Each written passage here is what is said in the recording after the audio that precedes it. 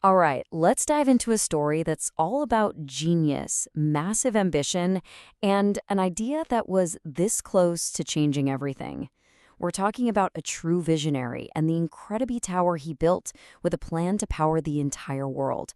So let's get right into it. I mean, just for a second, really picture that. A world with absolutely no power bills. No more hunting for charging cables. Just clean, endless energy for everyone, everywhere on Earth.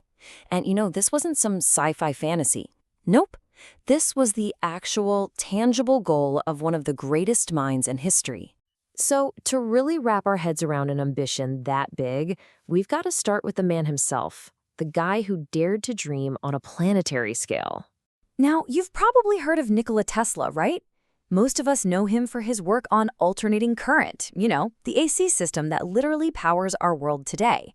But believe me, his vision went so much further than that. He imagined a future that wasn't just connected by wires, but was actually powered by the Earth itself. And the scale of this idea, it's just staggering. This wasn't about sending a little Morse code message without a wire. No way! Tesla's plan was to use the entire planet as a giant conductor, broadcasting electrical power that anyone, anywhere, could just tap into. It was absolutely revolutionary. Okay, so a dream this huge needs a building to match, right? And that brings us to the physical heart of this whole project, the incredible Wardenclyffe Tower. And this is where the story gets really dramatic. See, the public reason for the tower, the one he told everyone, was that it was for sending wireless messages across the Atlantic.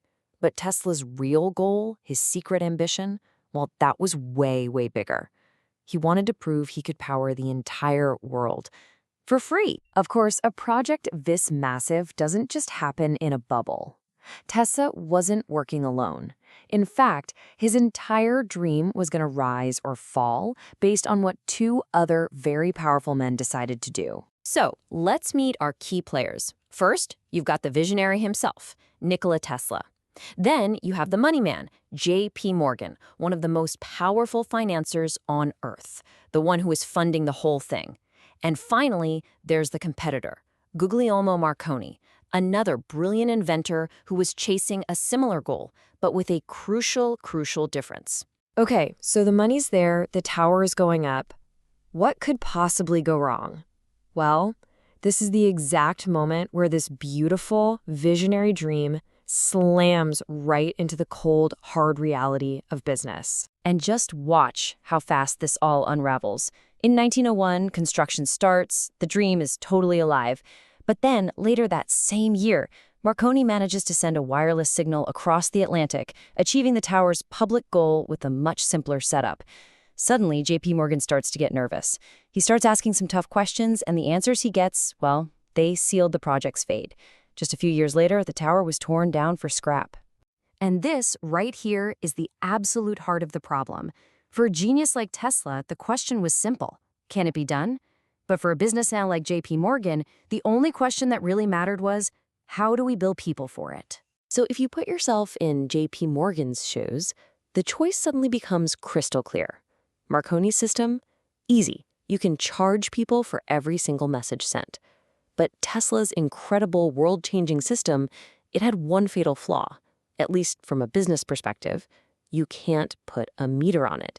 If anyone could just grab this energy out of the air for free, how on earth was an investor like him ever going to get his money back? And that was pretty much it.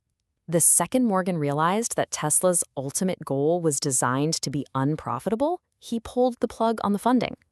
Just like that, the project ground to a halt, Tesla sank into debt, and the incredible dream of a world wireless system died right there on that field in New York.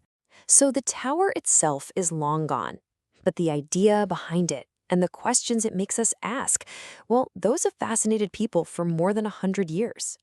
It really makes you wonder, what did we actually lose when that tower came down? This is way more than just some failed science project. It represents a completely different path humanity could have taken. A future built on the idea of abundance, not, paying by the kilowatt hour. In a way, The fall of that tower cemented the world we all live in today, for better or for worse. And that really is the big question we want to leave you with. Just try to imagine it. How would our world be different today if Tesla had actually succeeded? What would the impact be on poverty, on the environment, on everything, really, if energy had been free and available to everyone for the last 100 years? It's got to be one of the biggest, most fascinating what-ifs in all of history.